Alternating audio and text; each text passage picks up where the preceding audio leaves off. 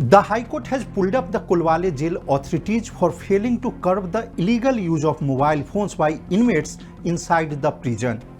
During the hearing of a bail application filed by Chandu Patil, who is facing trial before the Panji Children's Court for the alleged murder of an 11-year-old boy in Bicholim in 2024, the High Court was informed that Patil had been making phone calls from Colvale jail and harassing the complainant.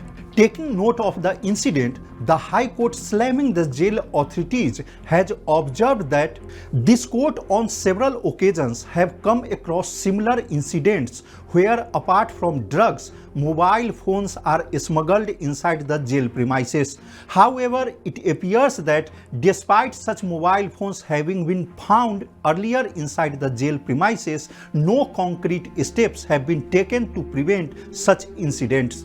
Merely taking action against one jail inmate who is found possessing the mobile phone or contraband will not be a definitive solution, but one needs to go to the root of the matter. The High Court has further observed that this court fails to understand as to how the mobile phones can be so easily slipped in when the jail authorities do conduct regular inspection.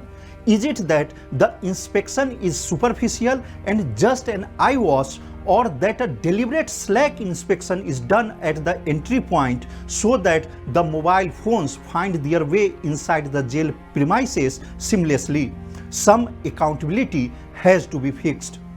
Adjourning the hearing for 20th January, the High Court has directed the jail superintendent to ensure the removal of all mobile phone charging points, installation of phone jammers or a cellular inspection system, installation of CCTV cameras at the inspection counter during inmates' entry and at Mulakat areas, conduct of daily inspection of jail cells, and submission of inspection reports to the Deputy Superintendent of Police on regular basis.